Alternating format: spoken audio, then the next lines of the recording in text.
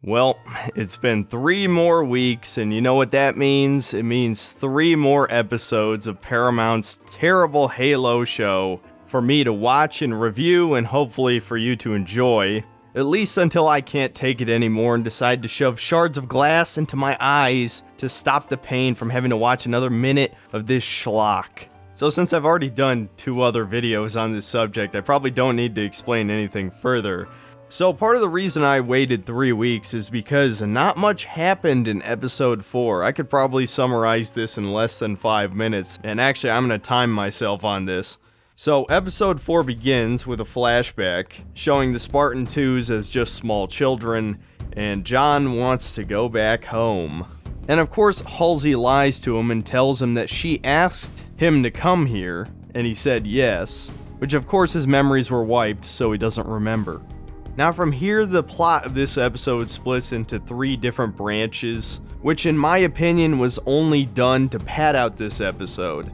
But I'll just break down each individually because of course in classic TV show style, it cuts between them before anything of significance happens. Sometimes it makes sense because it's supposed to be a minor cliffhanger for the commercial break, because of course Paramount Plus has fucking commercials. But again, most of the time it just feels like padding. So, on Chief's side, he and Dr. Halsey and her assistant arrive on the planet Eridanus 2, and John finds his old home and starts having some memories from the past. Cortana is able to use some kind of augmented reality technology to recreate what his house would have looked like when he was a child, and he starts to remember that Dr. Halsey was there before his parents died. Then he conveniently remembers where the larger artifact is, and the trio ride off to its location. They find it, and we hear a monologue from Miranda Keyes about how her mother is a sociopath, essentially.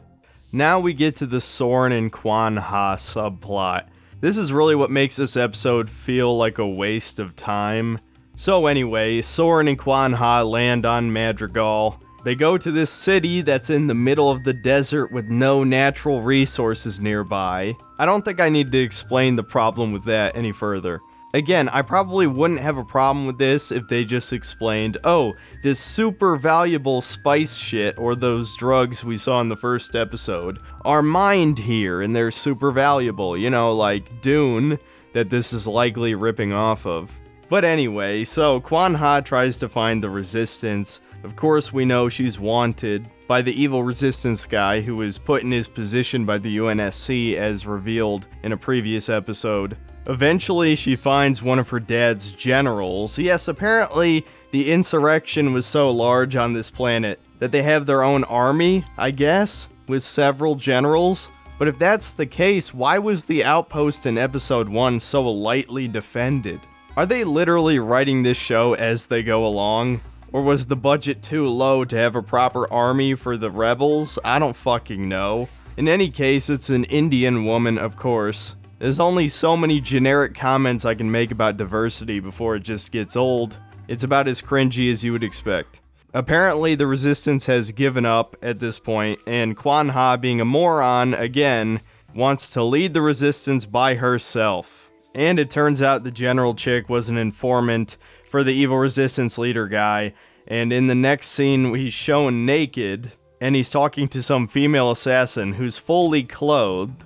Who is this show made for again? And predictably, he hires the female assassin chick to kill Kwan Ha.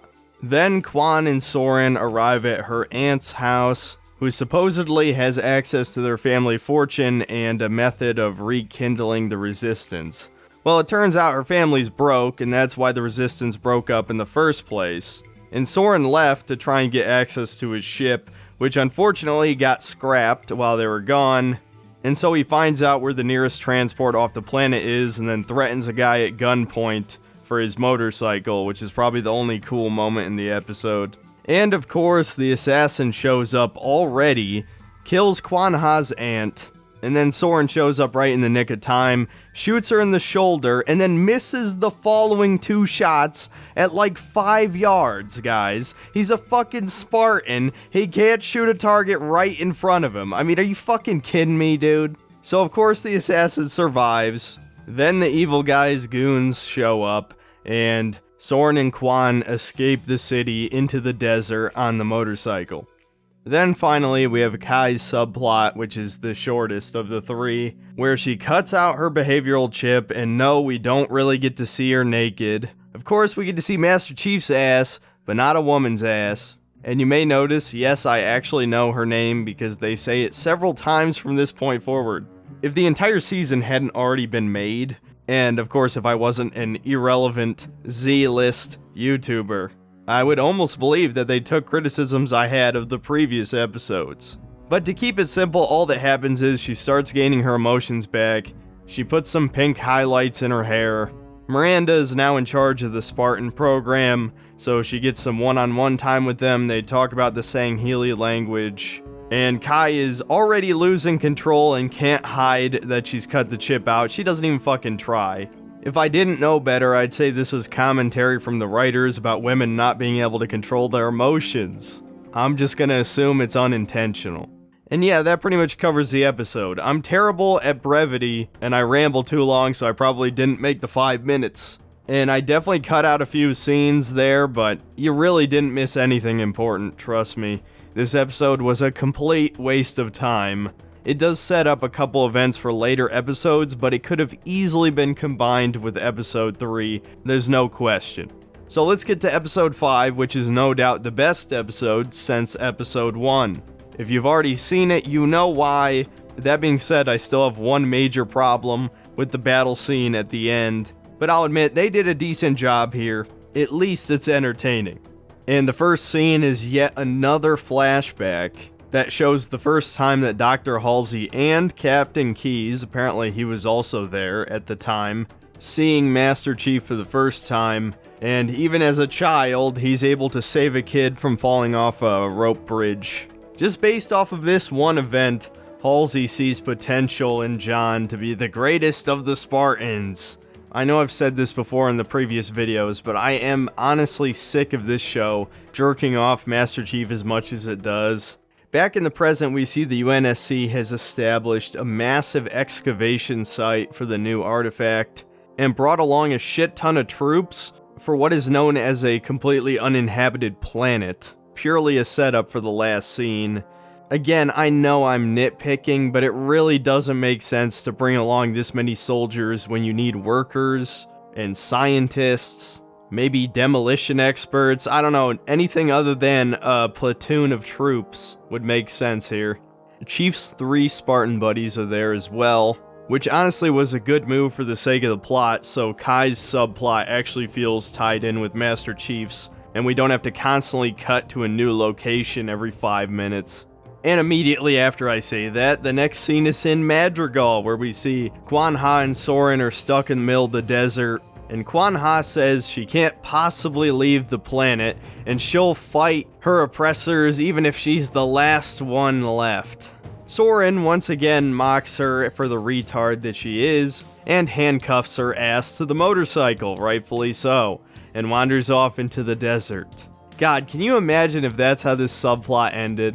This show would go up 2 points for me instantly. But no, it's a setup for another really shitty scene, but I'm getting ahead of myself. Back on Eridanus, we see Kai talking to Vanek, asking him if he ever wonders why the Covenant are killing them. He says no. Then she asks him in a sort of roundabout way why they never ask these questions. And just like the first episode, he gives one of the only good lines in the show. I wonder if all that gun grease in your hair didn't seep down into your brain, asking me dumbass questions like that. You know, I said this last video, but I'll say it again. Why isn't Sergeant Johnson in this show? 2 of the major black characters have one-liners, and one of them is charismatic, so clearly they could write at least an okay Sergeant Johnson. At least better than Master Chief. I guess it doesn't really matter ultimately either way, the show still sucks, but it's just another of many missed opportunities.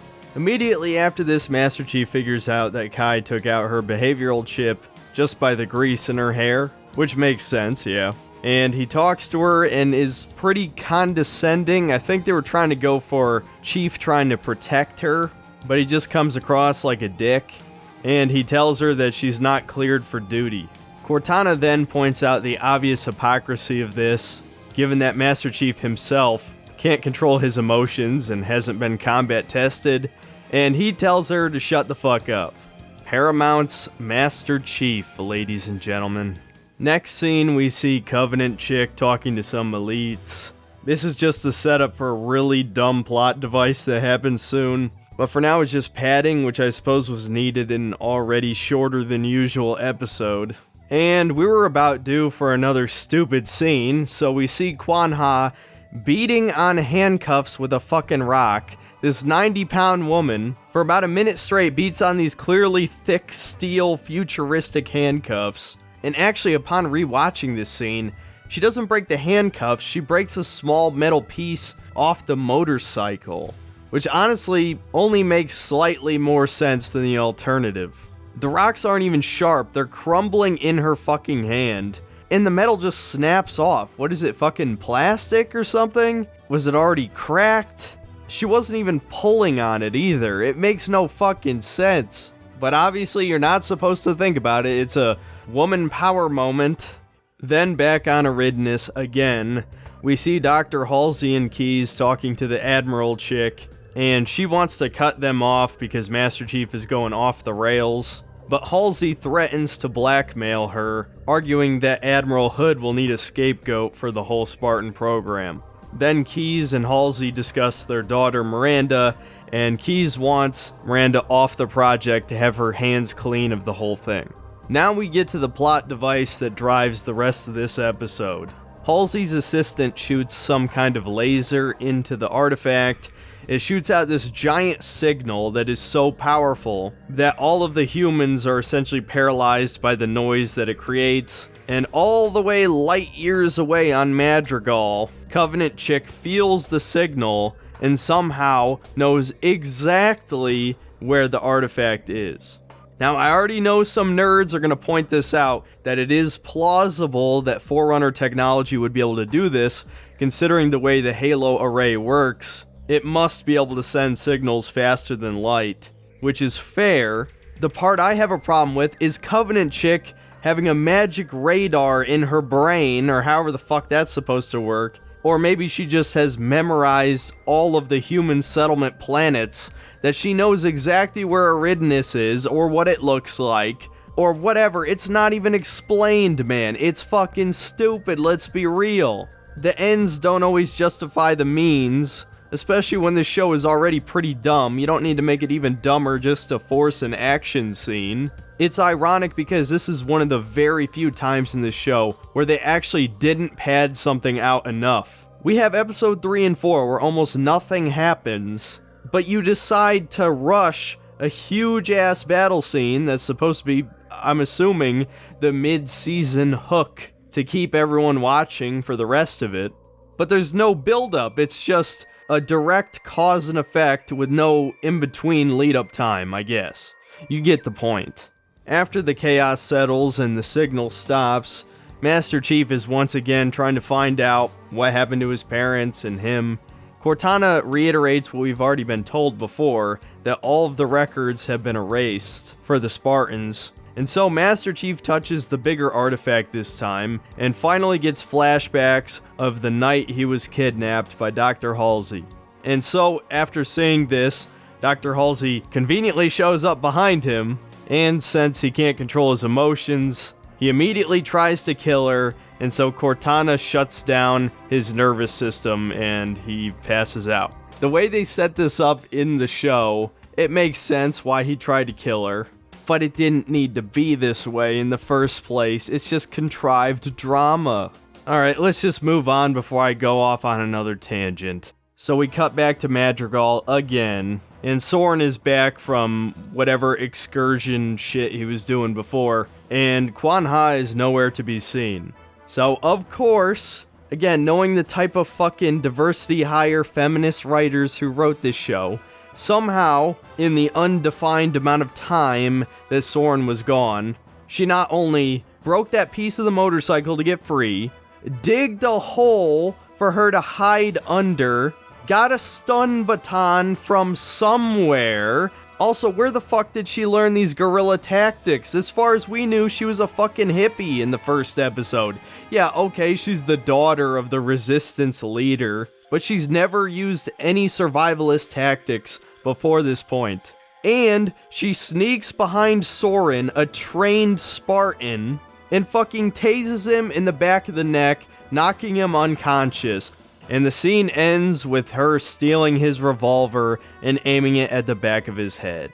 Fuck this scene, man. Every time I want to give this show some small credit, like, oh, they did this right. They do shit like this. It's so fucking bad. It just seems to me like Paramount wants that woke audience so bad, but that is not Halo. Even with as cucked as Halo has gotten under 343, it's not Reddit tier, okay? It's not. Well, thankfully, next is a scene that almost redeems this episode. As Master Chief wakes up, the Covenant have shown up already, in just a matter of hours, I guess, since the signal went off. And the UNSC's frigate that's floating in the sky gets blown up almost immediately. I'm glad no important characters were on board. And we get what is almost a really awesome action scene. Now I say almost because they did make a few really poor decisions here, but before I name my criticisms, I'll get into the good stuff first.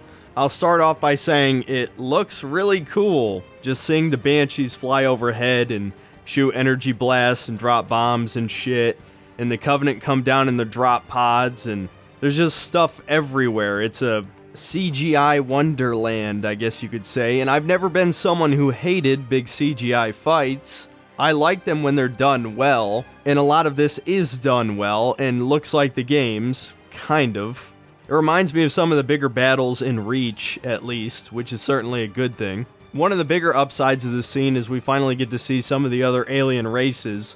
There's jackals, there's grunts, there's a brute near the end, and certain parts of it feel like homages to Halo gameplay, like the Warthog gunner shooting people, there's a Needler combine explosion, a Phantom shows up halfway through the fight and drops in some more Covenant troops.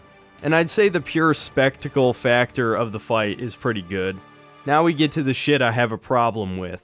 My first issue, and something anybody who's played the games will notice, is that they gave some of the jackals energy swords. This has got to be another one of those moments where the writers or producers or episode directors thought they knew better than the people who made the games and thought, hey, they have shields, they should also have swords. Well, as you might expect, there's a fucking reason that they don't have swords. I'll admit, I don't know what Bungie's internal reasoning was. I'm assuming it's some kind of gameplay balance thing. But lore-wise, it's essentially a ritualistic weapon used by higher-ranked elites. The only reason it's even viable for them to use is because they're important enough to get energy shields. If they didn't, they could just get headshot and boom, all their sword guys are dead. There's obviously also elites that have cloaks, which again would make swords viable. Again, it's not like it's unbelievable that a jackal could use one, but the energy shields are supposed to function more like a riot shield that covers most of their body because they're squat, skinny creatures. The swords aren't meant to be an actual frontline combat weapon. Another problem I have with this scene is the payoff to Kai's subplot, or at least up until this point. Basically, she has a panic attack saying all the soldiers die around her since she still can't control her emotions. And so, her shields go down and she starts taking actual hits. An explosion goes off right next to her and she gets shell shock, and she's about to die. Now, the problem I have with this, ironically, which might sound out of character for me, is that it's unintentionally misogynistic when you think about it. Because who are the two characters who have taken out their personality chips? Master Chief, a man, and Kai, a woman. So they're implying that, again, like I mentioned earlier, the woman is the one who can't control her emotions and is powerless in the middle of battle and has to be saved by a man. You know, the type of thing that like Anita Sarkeesian would complain about. The only reason I even have a problem with this is because it's the hypocrisy and the lack of self-awareness from the writers. We just had a scene where Kwan Ha did something absolutely implausible for her character, at least the character we've known up until this point. Not only does she not look physically capable of breaking out of her cuffs, but she's shown no survivalist skills at all. On the other hand, then we have this scene where a trained Spartan, just because she gets her emotions back, instantly forgets everything she's told and gets her ass absolutely whooped and can't save herself in the slightest. I don't even have a problem at all with Master Chief saving her. It's just poor writing. Then we have the biggest problem, which is directly afterward, where the show just kind of jumps the shark. It looks really fucking stupid. It actually reminds me of when Princess Leia goes fucking Superman mode in the new Star Wars movies. But Master Chief jumps on board a Banshee, and you're thinking, oh, he's gonna hijack the Banshee just like the games, because that would actually be cool and another throwback. No, he fucking clings to the bottom of the thing and steers it, using his sheer superhuman strength, I guess, to collide into the Phantom at like fucking Mach 2, and has this huge explosion, which both Master Chief and Kai survive, despite the fact that Kai's shields were already down and she got shot a bunch of times, and all the Covenant below the Phantom die. Dude, it just looks so bad. I could describe it in words, but it's just bad. Alright, trust me. Okay.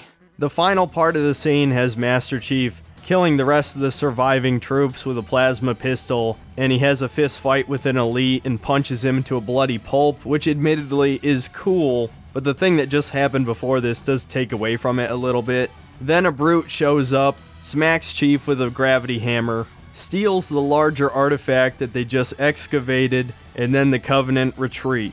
And then the episode ends.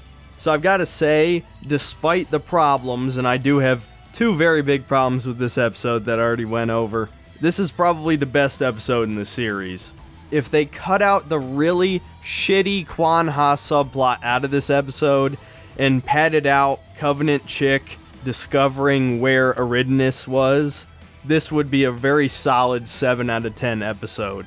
And if they cut out the really fucking stupid Banshee suicide explosion technique and just had Chief hijack the thing, it would be an 8 out of 10 episode. Instead, it's like a 6 or a 6.5, which, considering it's the best episode of the show, is kind of sad. But I'd be lying to you if I didn't say I was entertained by that action scene. If every episode of the show had even just a 3-minute action scene, I would at least be entertained. I wouldn't say it's good, but I wouldn't hate the show like I do now. So, of course, I bit off more than I could chew with this video because I wanted to take a break in between reviewing the Halo show and doing other stuff. So we've got one more episode to cover. Thankfully, it's just another setup episode for future events, so it shouldn't take too long to summarize. This episode begins, thankfully not with another flashback, but immediately following the conclusion of the battle from last episode, which I forgot to mention, Covenant chick got left behind at the very end of the last one, obviously sent as an agent to try and acquire the smaller artifact from Reach, and this sort of dramatic irony is supposed to carry her entire part of this episode. But honestly, it just frustrated me, similar to how in Episode 3, her deception with the UNSC frigate in the middle of space led to her bringing the hunter worms on board and killing everyone. You saw the last video, I don't need to explain it in detail again. And this is pretty much just that on a larger scale. Of course, our future military is a bunch of idiots. Even though they clearly don't completely trust her, they trust her enough to bring her to their largest military installation off Earth, where quite literally the future of humanity and its last chance for survival is held in various forms, whether that be Cortana or the Spartans or the artifact. All of these things are crucial to the war effort, so they'll just let this random human who just so happened to be jettisoned off the ship. For what purpose exactly? To be a spy. Even if they didn't believe that a human would ever work with the Covenant, What if there was an alien species that was a doppelganger or a homunculus of some kind? Or maybe she's just brainwashed? Why the fuck would they take her back to Reach? It makes no fucking sense. It's clearly only done to drive the plot forward, and once again, make the military look like a bunch of idiots. Which I find funny because this show is sponsored by the US military. Yes, really, look it up. So anyway, on the way back to Reach, Master Chief tries to kill Halsey again. And so the reason he's doing this is to test the limits of Cortana's control on his brain. And he finds out that she can't actually make him do something. She can only shut down his nervous system. And so he saves Dr. Halsey right before she's about to get cleansed, I guess. And this is the part where my suspense of disbelief is once again destroyed, because if Master Chief has tried to kill Dr. Halsey twice, she would fucking terminate his ass. We already know she's a cold, ruthless bitch. She doesn't care about John as a human being, he's a tool. And obviously he's a defective tool now, so he has to die, or at least be forcibly retired in some way. But no, he just gets away with this. This is not believable in any way, man. I know there's gonna be some people who will argue with this, assuming they even watch this far in the video. But what I'm saying is, he is not an essential asset, especially at this point. Not to the point where he can just get away with doing anything, especially killing the lead fucking scientist that is developing the technology that ultimately saves humanity. It's almost cartoonish how important Dr. Halsey is in the grand scheme of things. Then we get a couple scenes that are basically just military politics that add some more needless drama and pad out the show. And Master Chief is chosen to interrogate Covenant Girl, who is given a name, Makee. Chief is obviously suspicious of the very convenient circumstances around this whole thing, but she distracts him by telling him that he's special.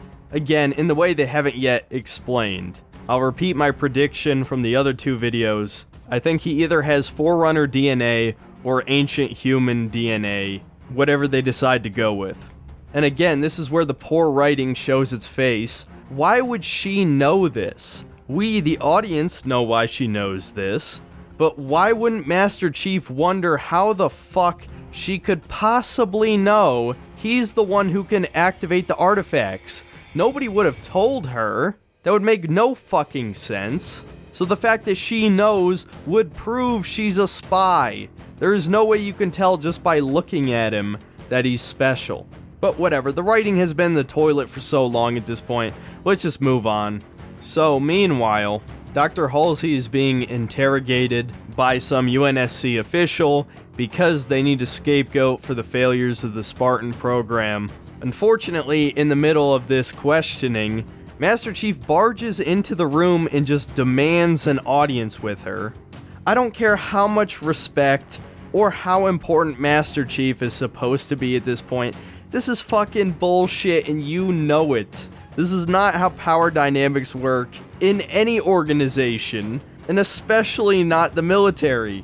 But again, I'm getting to that point where I'm finding it hard to care anymore. I just want to get through this. Let's fucking wrap up the rest of this episode. Even though we're only a third of the way in, I promise you almost nothing happens. Long story short, Master Chief is a crybaby rage monster now, and can't believe that Dr. Halsey would kidnap all these children to try and raise the ultimate soldiers and save the galaxy, which is obviously the answer to his fucking redundant questions. And he's freaking the fuck out. He lashes out at Cortana again. Then he goes to see Kai, talks to her for a bit, tries to pretend to be emotionally stable for a second, which just doesn't work after we've seen him spurg out for the rest of this episode. Then we see Admiral Chick has taken Dr. Halsey off of the Spartan program and wants to send her off-world.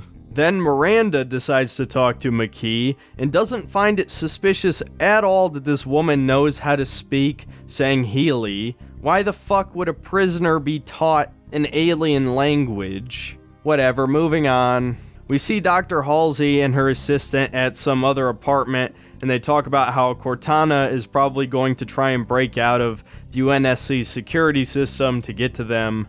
Next scene has a hologram of a Spartan laser, and I guess they're talking about the development of it, which is kind of a cool Easter egg / foreshadowing, at least I'm assuming. Next scene has Miranda Keyes taking over the Spartan program and all the research and stuff, but her mother tells her to come meet her, so I guess she's just allowed to do that, and Dr. Halsey tells her not to experiment on the artifact. And then they have an argument basically where Miranda is disgusted with how much of a psycho her mother is. Blah, blah, blah, justification, save the world. Honestly, I'm on Halsey's team with this one. I think the survival of humanity is far more important than the lives of a couple hundred kids. Maybe I'm a sociopath too, but the ends really do justify the means in this case. And it turns out the purpose of the meeting was to scan something on Miranda. I'm actually not sure what, but she had some kind of contacts that were a camera of some kind, I guess. Then we see John back with McKee, and McKee is doing crazy talk that's obviously meant to convince Chief to touch the artifact again, which of course he does. Speaking of which, as John goes to touch the artifact, McKee tries to go see him, which of course she's not allowed to do, and so she tries to assassinate her handler, and she just gets away with this, by the way. Nobody sees the tiny little finger sword. They didn't see it when they patted her down, and the lady conveniently has her back turned, so there's no consequences for this, and somehow using the power of the artifact, both John and McKee manifest on one of the Halo rings, wherever it is in the universe, and the episode ends there, showing us Halo. So yeah, this episode kinda sucked. I don't think I had to tell you that. I think you could tell. If not by what I was saying, how I was saying it. I am genuinely getting tired of watching this shit. And at the time of recording this, I literally just looked up. The season is apparently 9 episodes long, so unless 7 and 8 are pretty substantial, there will probably only be one more video to review the rest of the show, because I don't want to flood my channel with fucking Halo TV show reviews. I'm supposed to be a video game reviewer. So what is there to say, really? We had 2 shitty episodes and 1 halfway decent episode, which is about on par for this show so far. The best thing I can say is at least there was one substantial action scene before the finale. I legitimately thought we were only going to get tiny little skirmishes until the season finale. So I was happy to see that, but everything else sucked. The writing is horrible. The feminism and diversity shit has gotten completely obnoxious. And like I said before, the show is borderline unwatchable because of really all of these things. Honestly, if it was well written, I could excuse the feminism and diversity stuff, but yeah, it's pretty fucking bad, and those things go hand in hand every time. People will tell you otherwise. They'll tell you Last of Us 2 is a great game, and the only thing people don't like about it is that Abby looks like a man. Trust me, there's a lot of reasons to dislike The Last of Us 2. And the same goes for pretty much every woke TV show I've ever seen. Even if you made every character a straight white male, it would still suck. All it is pattern recognition. It's not necessarily go woke, go broke. It's go woke, go shit. Not exactly clever, but I think it gets the point across. So hopefully the next video will be top 10 games that deserve a sequel. I was working on it a bit in the background, but I sort of more or less took a week off. I just wasn't feeling it, guys. I was getting pretty burnt out. The videos that I'd recorded before I took the break were kinda shit, I'm gonna be honest. And I'm glad I've taken the time to actually sit back and evaluate some of these scripts. Well, they're not really scripts, you know, they're audio recordings that I do with notes, because scripting takes time and effort and I suck. But that's about it. I'll see you next time, guys.